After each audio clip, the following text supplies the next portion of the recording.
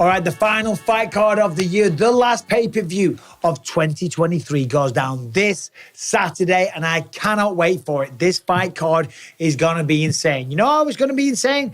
Because the first fight of the night is Rude Boy Randy Brown going up against the King of Kung Fu, Muslim Salikov. So we're going to go through the card. I'm going to give you some predictions, okay? I'm going to tell you who's going to be the winner and why. But I'm going to tell you, this is going to be insane. The press conference is going to go down. Leon versus Colby. Colby's going to throw a lot of shit at Leon, okay? Colby's going to go for Ian Garry, okay? Ian Garry's going to go for everyone. Tony Ferguson's just going to lose his mind. Paddy's going to try and convince himself that he's the greatest of all time. It's going to be a great event. I just wish I was there, but I'm not. So, Rude Boy Randy Brown, Muslim Salikov. I mentioned that one. I think Rude Boy Randy Brown does it. He's tall, he's long, and he's getting better and better. But it ain't going to be easy. Muslim Salikov, the king of Kung Fu. He's great. He's great. Let's fast forward, though, to the main card, okay? Vicente Luque, Ian Machado Garry. We know what's going on here. We've seen the shit online. We saw that Ian Garry turned off all the comments on his social media because a lot of people are talking crap, okay? And it would just be a distraction right now. But Ian Garry's back at it. He's saying, look, listen, I don't even think I'm safe to come to America anymore. It's not safe for my wife, for my family, for my child.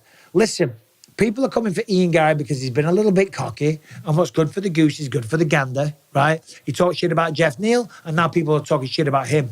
Well, that's just the way it goes. I like Ian Garry. I found him to be very personable, very pleasurable, very funny, okay? And he's got a beautiful family, okay? Let's leave the families alone. And we know all the stuff about the book, How to Be a Wag, and all the rest of it. I mean, there's a lot. But don't let that make you underestimate Ian Garry. Ian Garry's phenomenal. 6-0 in the UFC, 13-0, undefeated. And that's for a reason. He's tall, he's long, he's strong, he's fast, and he's got killer instinct. Look at his last fight against Neil Magny. Took him off the feet several times. Those calf kicks were beautiful. But the problem is that Vicente Luque is a well-rounded threat. Got heavy hands, great striking, good wrestling, and amazing jiu-jitsu. But the real one for Vicente Luque is that he used to train with Ian Garry. And not only did he train with Ian Garry, the whole team trained with Ian Garry. All of his teammates. The coaches at Killcliff MMA, they all train with him. It's not just Henry Hooft. There's a team of coaches down there. They all worked with him. They all trained with him. They know what he's good at. But more importantly, they know what he's bad at. They know his weaknesses. They know the things that he does wrong. Because fighters, as we progress, we get better and we learn and we correct things as we go. Ian Garry's really good, but you can't sit here and say that he's a perfect fighter. Most people aren't. Most people still have flaws until the day that they retire. He's really good at striking. How's his takedown defense?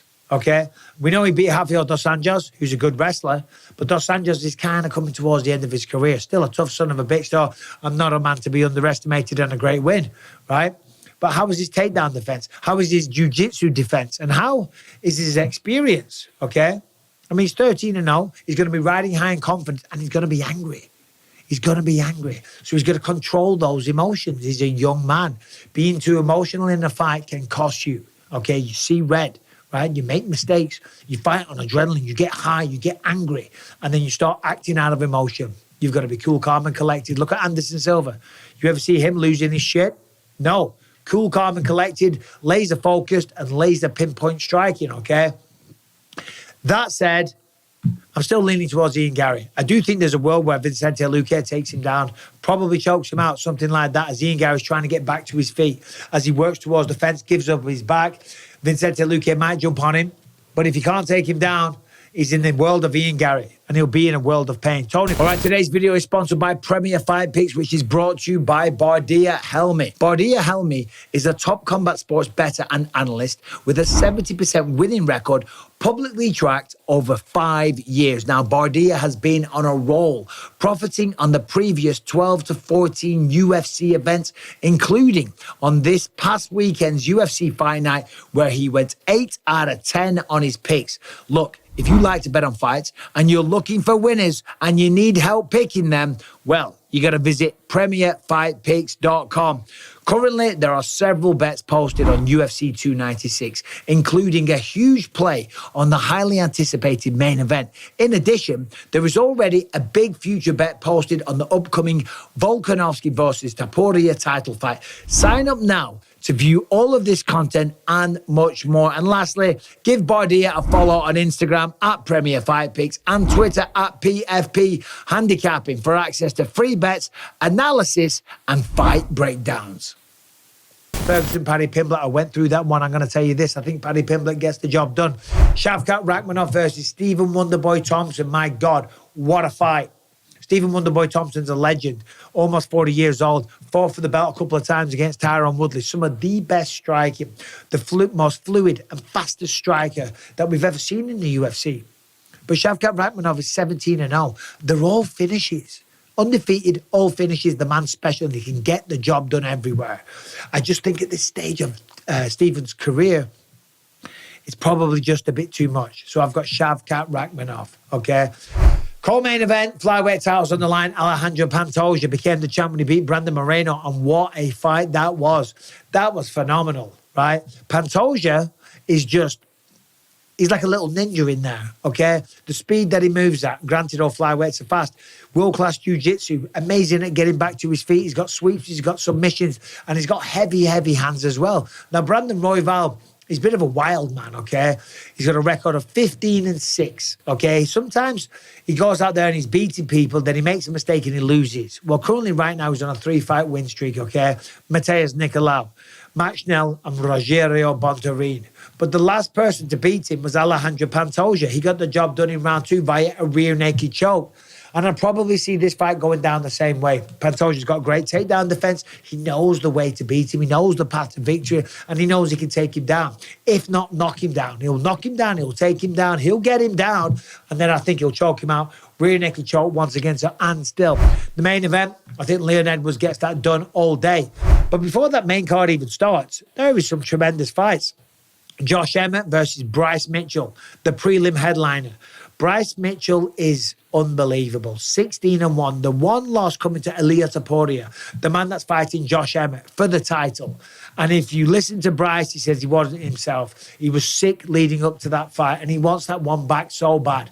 But the reality is he got beat, he got finished, he got dominated. I like Bryce Mitchell. I like what he brings to the table, and the man is hungry for respect, and he's hungry for a title fight. Josh Emmett's great, lost his last 2. He's got heavy, heavy hands.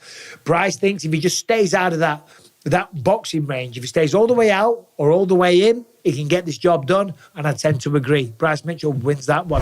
Irene Aldana taking on Cara Rosa. I love watching Irene Aldana. She's phenomenal. She's too long. She's too strong. She's got very, very good straight shots. Nice boxing. She gets the job done there.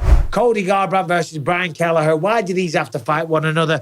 Both amazing guys. Amazing. I'll tell you what, though, if the Cody Garbrandt, the champion Cody Garbrandt shows up, I think he could beat anyone. If that guy shows up, he becomes champion again. But a lot has happened since he was the champ, and he's lost a few fights. Now, Cody's still disciplined. I still see him at the Performance Institute all the time. He's got to watch those hands against Brian Kelleher, but I think Cody can pull this one off. Casey O'Neill versus the Queen of Violence, Ariane Lipski. Okay, Casey O'Neill probably gets the job done there, but Lipski not one to be underestimated. Alonzo Menefield, Dustin Jacoby. What a fight that is. Dustin Jacoby's an incredible kickboxer. Alonzo Menefield hits hard as a truck. Not as fuck, as a truck. Dustin Jacoby gets the job done by being the superior striker.